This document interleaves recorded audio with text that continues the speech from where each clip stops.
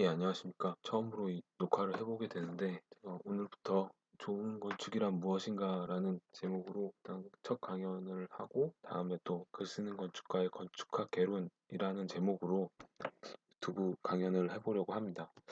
이 강연은 제가 아시는 좀 사장님께서 건축에 대해서 좀 알기 쉽게 설명할 수 있는 자료가 그런 강연을 해주셨으면 하셔서 제가 2주 내지 3주에 한 번씩 방문을 드리고 또 강연을 드리는 방식으로 강연을 하고 있는데 그 내용이 일반인에게도 좀 도움이 될 수 있지 않을까 생각이 돼서 시작하게 되었습니다. 일단 처음 주제로 잡은 게 좋은 건축이란 무엇인가 라는 건데요. 사실 어렵습니다. 뭐 누구나 알겠지만 좋은 건축이라는 게 뭔지 뭐 그냥 크고 멋있고 그러면 좋은 건축인지 아니면 좀 더 다른 방식으로 좋은 건축이 있지 않을까를 좀 고민하면서 제가 이 자료를 만들었습니다. 첫 번째로 보여드리는 게 이제 아모레 퍼시픽 용산 사옥이라고 영국의 굉장히 유명한 건축가인 데이비드 치퍼필드가 설계한 건물인데 용산역에 내림 있죠. 굉장히 크게 자리를 잡은 건물인데 외관부터 굉장히 뭐 일반인들이 보기에는 좀 그로테스크할 수도 있지만 루버라고 해서 알루미늄 루버라고 해서 기능성과 신미성을 동시에 만족시키는 저런 자재로 돼 있는데요. 이렇게 중정 안에서 봤을 때 굉장히 멋진 그런 모습을 보여주고 있습니다. 이렇게 구멍도 뻥뻥 뚫는 일반 건물에서 내기 힘든 저런 효과도 내고 있고요. 로비인데 여기까지는 이제 일반인들이 쉽게 들어갈 수 있는데요. 로비도 굉장히 크고 넓습니다. 일단 또 엄청 높고 공간이 주는 그 압도감이라는 게 가보시면 아마 느껴지실 겁니다. 천장을 보면 이렇게 격자 그리드 문양의 콘크리트 구조체가 딱 있는데 저 위에가 천창 유리고 저 위에 심지어 물이에요. 그래서 가보시면 밑에서 막 빛이 너울너울 하는 걸 볼 수가 있는데 그런 것들이 좀 어떻게 보면 하자의 요인이 된다고 저는 생각을 합니다. 왜냐하면 천창만 해도 물이 셀 염려가 굉장히 많다고 하거든요. 결로도 그렇고. 근데 거기 물까지 얹어놨으니까 제가 볼 때는 거의 하자를 부르는 디테일인데 지퍼필드고 거기다가 뭐 아모레 퍼시픽이고 시공사도 뭐 현대 굉장히 일군 산업 일군 건설사가 했으니까 저 정도가 나오지 않았나 상당히 무리를 한 거죠 어떻게 보면 이 지퍼필드가 제안한 그 설계 개념 다이어그램의 디자인 개념입니다. 원래 박스가 있고 거기에 이제 중정을 내고 거기에 파생된 외부 공간들이 이렇게 뚫리고 또 밑에를 열어서 접근을 만들고 코어를 만들고 아까 말한 루버 외피를 씌우고 그런 것들이 이제 일조도 반영하고 도시와의 열림을 반영한다. 사실 건축가가 보면 조금 일반적일 수 있지만 그런 것들이 좀 굉장히 비싸고 좋은 디테일, 시공사 만나서 굉장히 좋은 건물로 탄생했다고 봅니다. 제가 기사를 하나 찾아서 넣은 건데 2014년 8월 착공해서 총 공사비 5천억 들었고 대지 면적, 연면적 5만 평 나눠 보니까 평당 1,000만 원입니다. 1,000만 원이면 지금 아마 뭐 1,000만 원 그렇게 비싸지 않다고 느낄 수도 있는데 규모가 커지면 이제 평당 공사비가 많이 다운이 되는데 그럼에도 불구하고 상당히 비싸죠. 제가 예전에 뭐 DDP 관련한 글을 써봤는데 그때 계산해 보니까 이거보다 좀 쌌습니다. 제 기억. 다음에 이제 루이비통 매종 서울이라고 프랭크 게리라고 아실 겁니다. 많은 분들 아시는데 빌바오 구겐하임 뮤지엄이라고 이렇게 막 비틀린 건물이 있는데 굉장히 화려하게 비정형으로 너풀거리는 그런 형상의 건물이 있는데 뭐 찾아보시면 금방 나오는데 이 루이비통 매종 루이비통이 이 청담동에 하나 가게를 만들었는데 그 빌바오 보시면 그 축소판 같은 느낌입니다. 그걸 유리로 만든 옆에서 보면 이렇게 화려한 모습이고요. 굉장히 비정형의 또 종이를 구겨놓은 듯한 느낌도 나고 그런데 안에도 이렇게 뭐 생각 겉에보다 수수하지만 화려한 그런 모습입니다. 내부에서 봤을 때 이렇게 하지들 유리 잡아주는 부재들 이렇게 또 어지럽게 날아가고 있고 저도 와이프랑 직접 가보긴 했는데 부산의 무용부자의 동네 하춤에 등장한 학이 내려앉은 자태를 미학적으로 재현했답니다. 저 모양을 만들고 동네 학춤을 찾았는지 정말 동네 하춤을 보고 저 형태를 만들었는지는 굉장히 의심스럽지만 이걸 만들기 위해서 스페인에서 유리를 공수해왔고 3차원 입체 설계를 했고 첨단 기법이 총동원됐고 돈 많이 들었다는 거죠. 강남 재건축 아파트의 15배, 특급 호텔의 6배가 넘는 엄청난 시공비가 들었다는 겁니다. 딱 봐도 비싸 보이죠. 갤러리아 강교 OMA 건물인데 OMA 뭐 세계에서 제일 유명한 설계 사무실입니다. 네오플라스가 운영하고 있고 제가 처음에 이 건물을 봤을 땐 사실 명성에 비해서 되게 좀 별로다. 제가 관련 글을 제 블로그에 쓰긴 했는데 좀 유리 저런 처리 같은 게 좀 그로테스크하죠. 누가 봤을 때 이제 제가 건축에 대해서 잘 뭐랄까 일반인의 인상을 좀 묻고 싶을 땐 제 아내한테 자주 물어보는데 첫 마디에 거의 다 결판이 납니다. 근데 별로다. 그냥 딱 보기에 별로라는 거죠. 누가 봐도 좀 글쎄 하는 생각이 솔직히 전 들었습니다. 뭐 개념은 알겠습니다. 그냥 뭐 안에도 보면 요런 그림이고 굉장히 뭐 화려하죠. 개념은 뭐 이거죠. 그냥 이렇게 튜브 정방형의 메스를 도려내서 거기로 사람들이 뚫레뚫레 걸어 올라가게 하면서 체험하게 했다 바깥도 보게 하고 안쪽도 보게 하고 뭐 개념은 뭐 나름 명쾌한데 이게 그렇게 아름답지도 않고 개념도 그렇게 막 새롭지도 않고 명쾌하지도 않아서 글쎄라는 생각이 많이 들었습니다. 그래서 뭐 이것도 뭐 신문 기사를 갖고 와봤는데 예, 토지 비용이랑 공사 비용까지 5천억 원. 예, 아까 아모레퍼시픽보단 토지비 포함이니까 좀 싸 보이는데 더 엄청난 금액이죠. 여기서 의문이 드는 게 이제 공사비가 많이 들고 고급스러움은 좋은 건축이냐?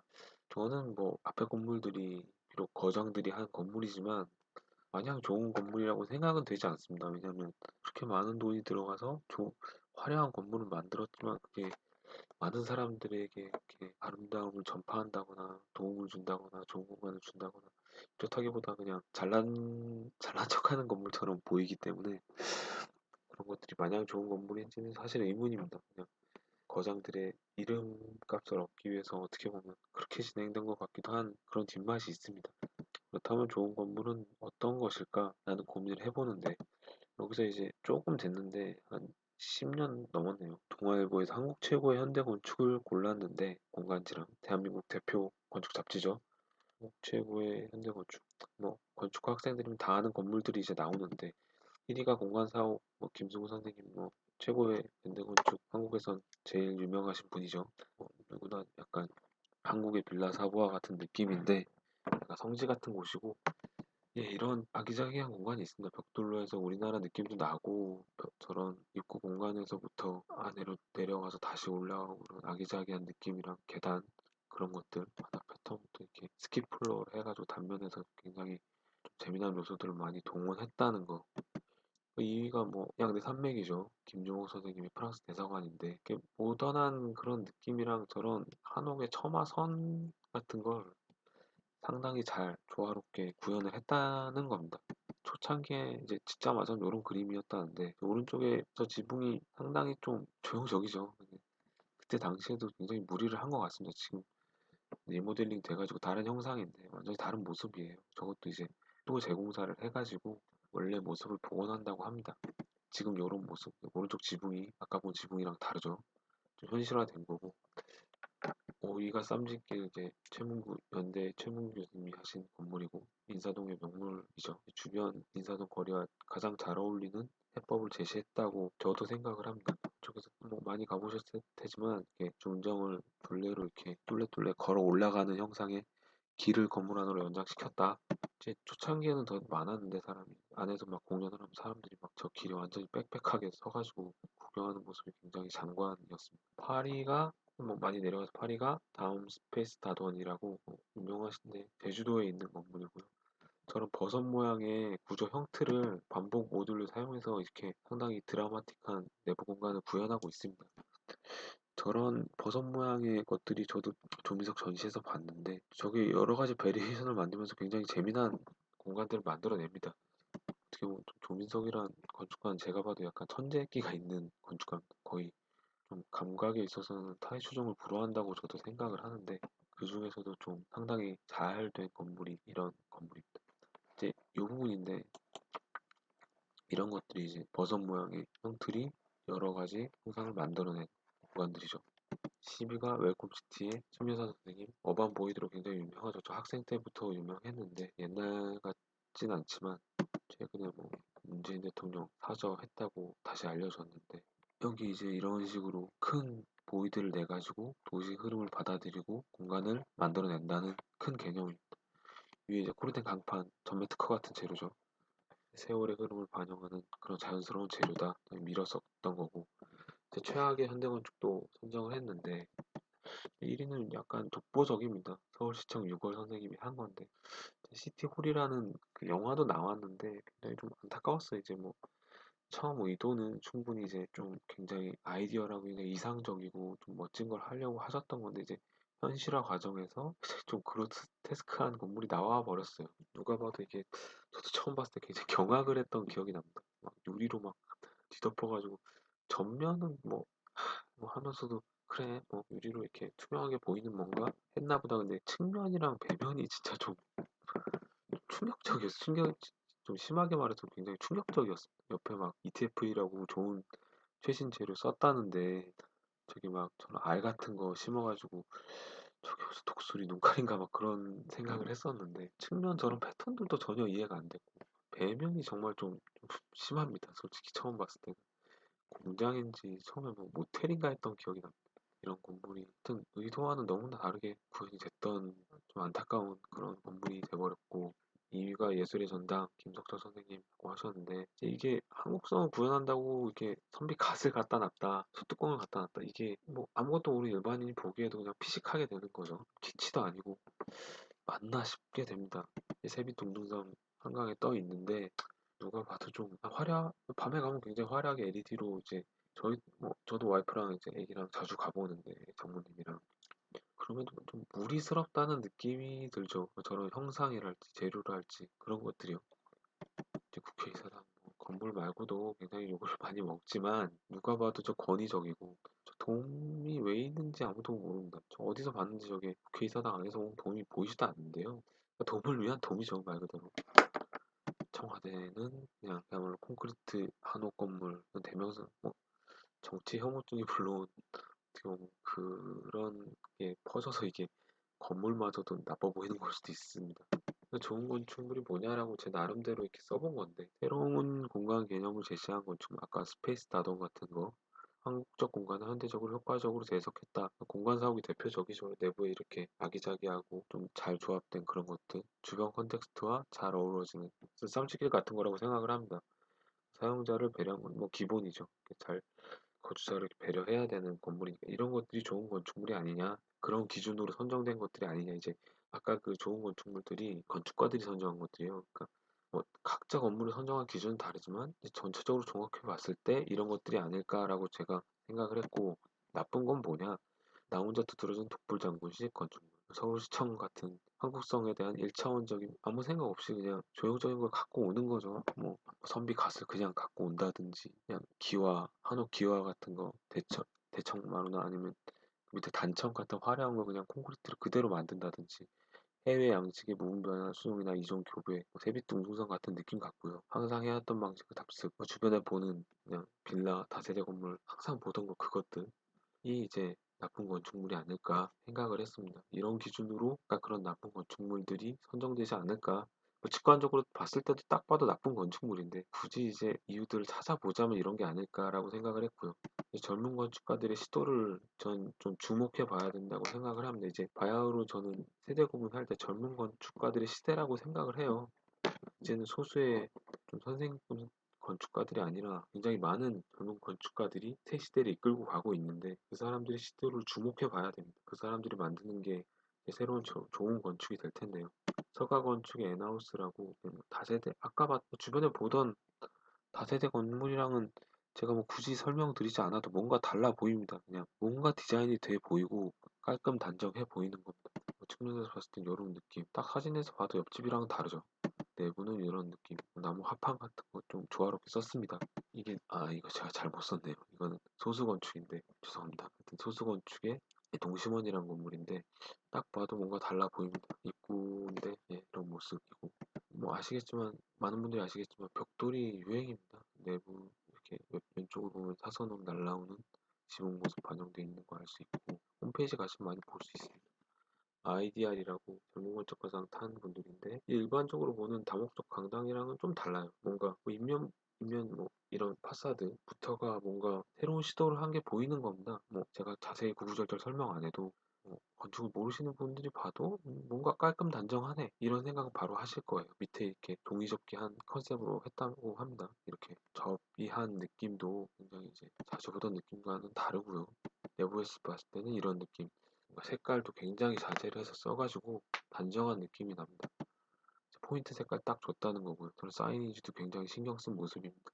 푸아 프렌즈라고 저 상당히 주목하고 있는 젊은 건축가들인데 감각이 굉장히 뛰어납니다. 이렇게 삼각형 모양을 굉장히 긴장감 있게 만들어내 가지고 타일 깔끔하게 붙여서 조형적으로 굉장히 완성도 있는 건물 이렇게 다이어그램인데 삼각형 메스를 만들고 층층이 조금씩 올려나게 만들어서 보는 각도에 따라서 굉장히 긴장감 있게 형상을 만들어냈습니다. 내부는 이렇게 좁지만 잘 꾸며진 모습. 젊은 건축가라고 보이는 신진 건축가들이 이제 다음 PT에서도 설명을 할 텐데 집장사라고 좀 싸게 빨리 짓던 건물 그쪽 시장으로 비집고 들어갔습니다. 영역이 젊은 건축가들의 공간이 그쪽에서 좀 열렸거든요. 비집고 들어가서 다세대 다가구 주택부터 뻔한 양식으로 아까 뭐 아이디알 건물 다목적 강당 같은 곳에서도 적은 비용으로 열악한 환경을 극복하기 위해서 요금 분담의 디자인으로 돌파구를 만들고 있습니다. 이런 것들이 좋은 건축이라는 걸 만들기 위한 그런 하나의 또 다른 시도들이 아닌가 생각이 됩니다. 제한된 예산 안에서 최대한의 가능성을 모색하고 새로운 가능성을 탐색하는 건축. 이건 상당히 제가 주관적으로 써놓은 것 길이긴 한데 건축주 시공사와 소통하면서 함께 만들어가는 것 그리고 아까 나쁜 건축물의 반대죠. 주변과 자연스럽게 어우러지면서도 디자인이라는 게 또 과하면 사실 안 됩니다. 그래서 디자인으로 포인트로 자제하면서 만들어내는 거 굉장히 또 다음게 어려운데 한국의 전통을 굉장히 적절하게 최근 경향에 맞춰서 또 잘 녹여내는 거 이런 것들이 잘 조합돼야 좋은 건축이 아닐까 나름의 생각을 적어봤습니다. 이건 제가 이제 단순화 속의 단단함이라고 제 나름의 디자인 키워드를 만든 건데 소개를 시켜드리고자 해서 써봤습니다. 알바로 시작, 포르투갈의 제일 유명한 건축가인데 강당이라고 저 공연장이에요. 근데 저 메스감이 굉장히 좋아서 이 사진을 갖고 왔습니다. 이게 분명히 기능이랑 그런 것들 고려해서 저런 메스감이 나왔을 텐데 단순하면서도 저렇게 좀 힘이 느껴진다 그래야 되나? 좀 기품이라 그래야 될까? 말로 표현이 잘 안 되는 내공이라 그래야 될까? 그런 것들이 풍겨지는 게 저는 좀 제가 궁극적으로 추구해야 되는 게 아닌가. 요시오 다니구치라고 일본 건축가인데 역시 굉장히 심플한 언어를 구사하는데 거기서 좀 보통 건축가가 좀 범접하기 힘든 수준의 내공이 나옵니다. 제가 좀 궁극적으로 추구하고자 하는 방향이고요. 그래서 제가 갖고 왔고 종료인데 역시 이제 좀 단단하면서도 뭔가 단순하면서도 단단한 느낌 다랑아리 이게 뭐 말로 설명드리기가 좀 쉽지 않지만 아무튼 이게 굉장히 많은 기교를 부리지 않은 것 같으면서도 분명히 내공이 깊은 내공의 그런 기술들이 녹아있는 것들을 제가 갖고 와봤습니다. 수사체인데 이것도 어떻게 보면 그냥 쉽게 쓴 거 아니야? 이렇게 생각할 수 있지만 아무나 쓸 수는 없잖아요. 이런 좀 무기교의 기교라고 해야 될까요? 그런 수준 경지가 제가 좀 가고 싶어하는 경지라서 이런 레퍼런스들을 소개해드리고자 하는 거고요.